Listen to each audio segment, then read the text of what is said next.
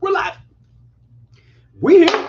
Oh, neat. Desk is good. Hair check is not bad today. We're here. We're pumped. All right. Today, uh, I wanted to give a little bit, just a brief kind of summary about where we have come from, what we're working on right now, and what the future has to bring. Of course, if anyone has questions, what's going on here? Moderation. Let's go. Um, If anyone's got questions, pop in, shoot the questions off, and we will certainly answer any questions you got. So, but just a little bit about myself. My name is Dr. Carlos Barrio, and I am owner and head physical therapist at Spark Physiotherapy here in Alexandria, Virginia. So we have been doing this here in Alexandria since 2009.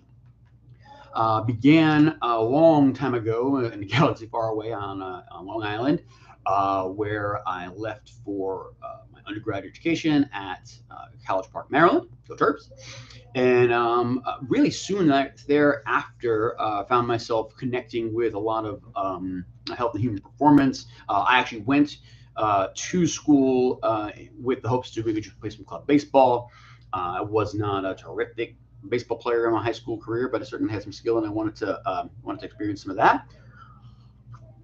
I made a club team at Maryland. I played while trying to study. Realized that studying is a lot hard work. So didn't do that all 4 years, but I did enjoy some experience doing that my first couple of years. When I finished up, I was already working as a strength and conditioning coach and a trainer at a local commercial box. And it did that for several years. Went back to school to get my master's in clinical exercise physiology. I did that at George Washington University. Go Colonial. And let's see. So that time in my formal training, I kind of really saw the difference between what it was like to work maybe in a laboratory setting versus on the field. And as someone who would have considered himself athletic or an athlete or someone who was aspiring to live an athletic lifestyle at that time, I felt just more connected with that. So I left the lab and I went back to school a couple years after that to receive a doctorate in physical therapy. Between the master's and my doctorate, I actually started my own personal training business. I called it Pro Motion Lifestyle and Performance. It was great, great to me. I was able to do some pretty fun work with pretty closely with some really excellent trainers throughout that time, probably 5 or 6 years.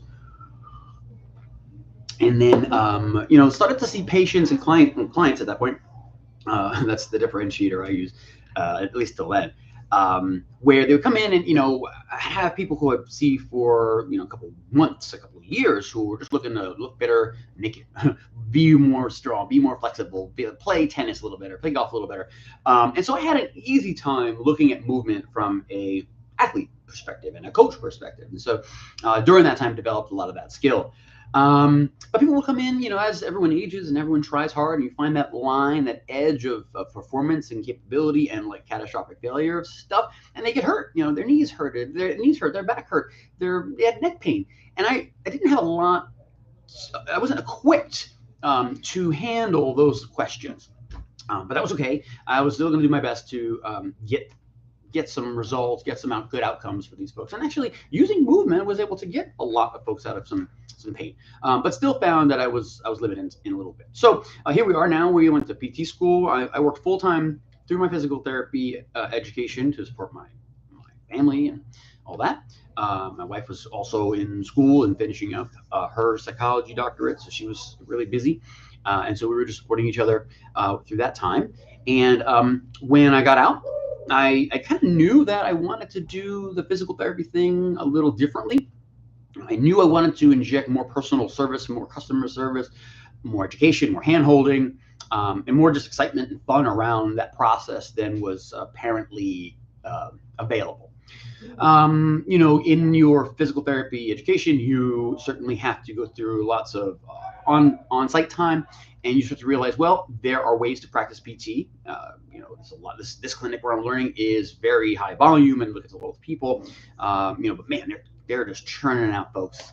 Seems to be hopefully efficient, but hopefully working. That's the idea. As you're a student, you don't see the outcome in the end usually.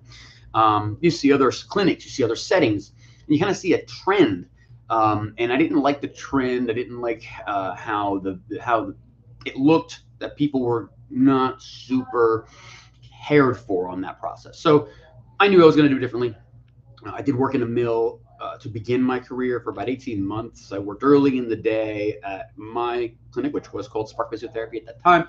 I had a little teeny office, had a bed and a computer in it, and it was like 300 square feet. It was smaller than the office I'm sitting in right now, my first clinic. And then so a few months go by, I'm working 9 to 5 at the mill and mornings and evenings at my place. And then about 6 months in, I start to contract that day, that mill time, because my day was starting to get a little bit more, I don't know, high in demand. My clients, my people would ask me for help, or I have a friend who might be able to use your help. And so the ends of my day started to contract. About after 18 months, I lost the mill gig and I stayed full-time in mine, and have been full-time in doing this ever since. And we've expanded 4 times.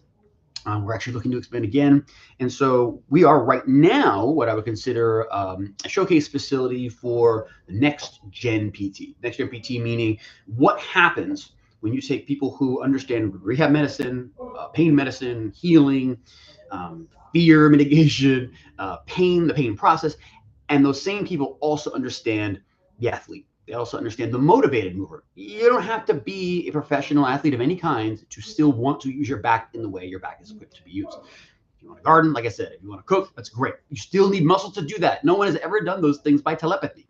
You have to make your bed. You got to lift the sheets, and you got to really extend your arms, and it's going to take energy out of your back to do that without falling onto the bed, right? That's simple stuff.